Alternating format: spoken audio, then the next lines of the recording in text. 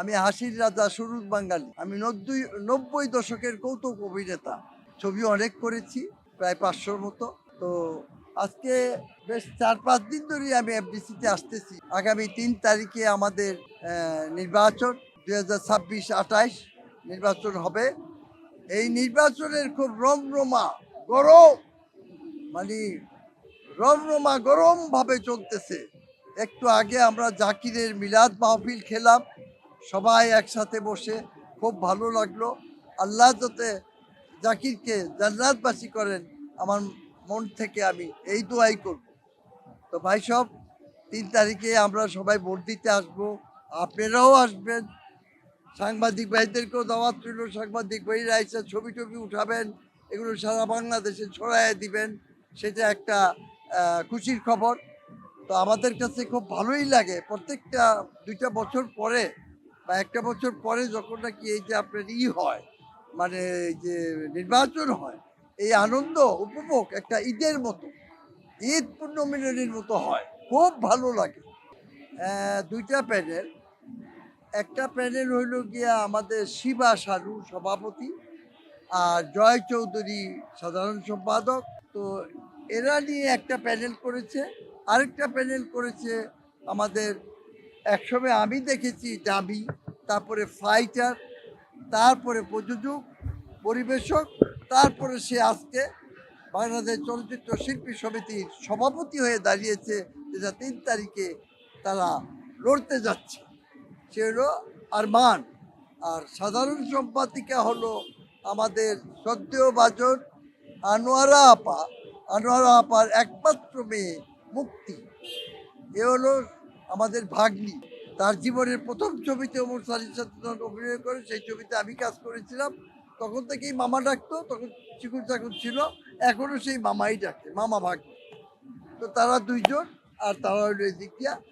এই দুই পক্ষে লড়াই হবে আপনার আগামী 3 জুলাই।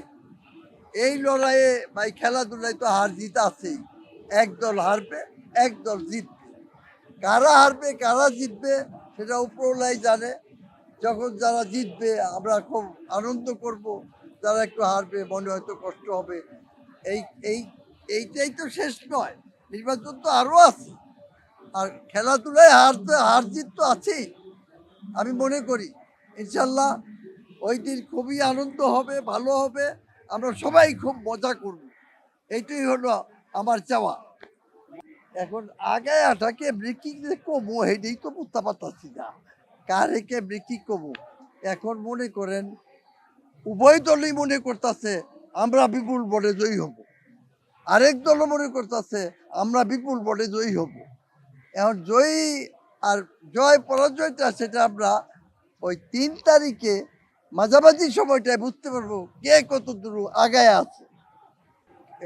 একটা দলের মধ্যে কিছু ফিগার বেশ প্রভিডেন্ট ফিগার, আরেকটা দলের মধ্যে নতুন মিলিয়ে চিলিয়ে আছে কি করে, কিন্তু পূর্ণাঙ্গভাবে কোনো দল আসবে বলে আমার মনে হয় না।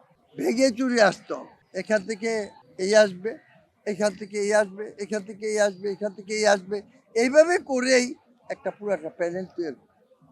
2 প্যানেল 42 জনের মধ্যে থেকেই এই 21 জন, এটা আমি মনে করি। আর যেমন কার্যকরী পরিষদের সদস্য একচেটিয়া একটার থেকে যাবে না, তো 2 দিক থেকেই ব্যাঙ্গে চুরে যাবে। এই দলের তো হবে দেখা যায় 3 জন, এই 4 জন, স্বতন্ত্র থেকে 2 জন বা 1 জন, এরকম। আমি তো সত্যি আমি ক্লিয়ার কাট কথাটাই বলি।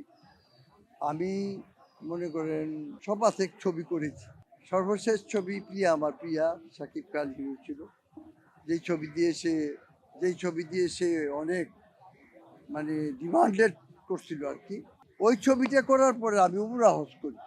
উমরা হজ করার পরে আমি ছবির জিনিসটাকে আমি মাইনাস করে দিলাম, স্টেজ, টেলিভিশন, সব দিকটাই অফ করে দিলাম। বয়সের একটা ব্যাপার আছে, 70 পার হয়ে গেছে। সত্যি কথাগুলো বলতেছি। আমি ক্যান্টনমেন্টের লোকাল বাসিন্দা, ওইখানকার স্থানীয় বাসিন্দা। তো এই দুনিয়ার পরেও তো আরেকটা দুনিয়া আছে, এই দুনিয়ার পরেও তো আরেকটা দুনিয়া আছে।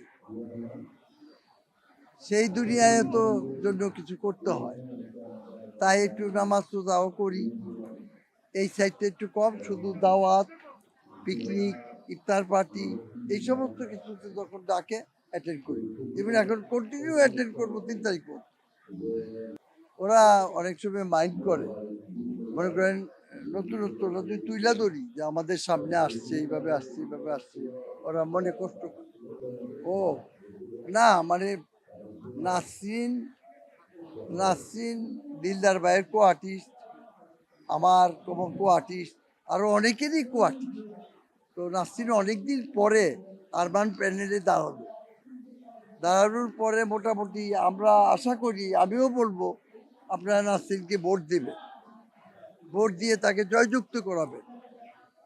হ্যাঁ, আমি নিজেও তাকে ভোট দেব, কারণ নাসরিন তো সবার সাথে খুব মিলমিল, খুব হাস্যরস্য, অনেক কিছু। আমরা স্টেজ করছি একসাথে, অনেক স্টেজ করছি, ছবি করছি, অনেক কিছুই করছি আমরা।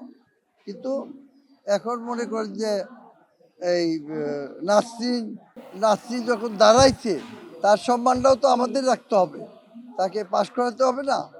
তাই নিজে যেমন ভোট চাই, নিজে ভোট দেব নাসরিনকে।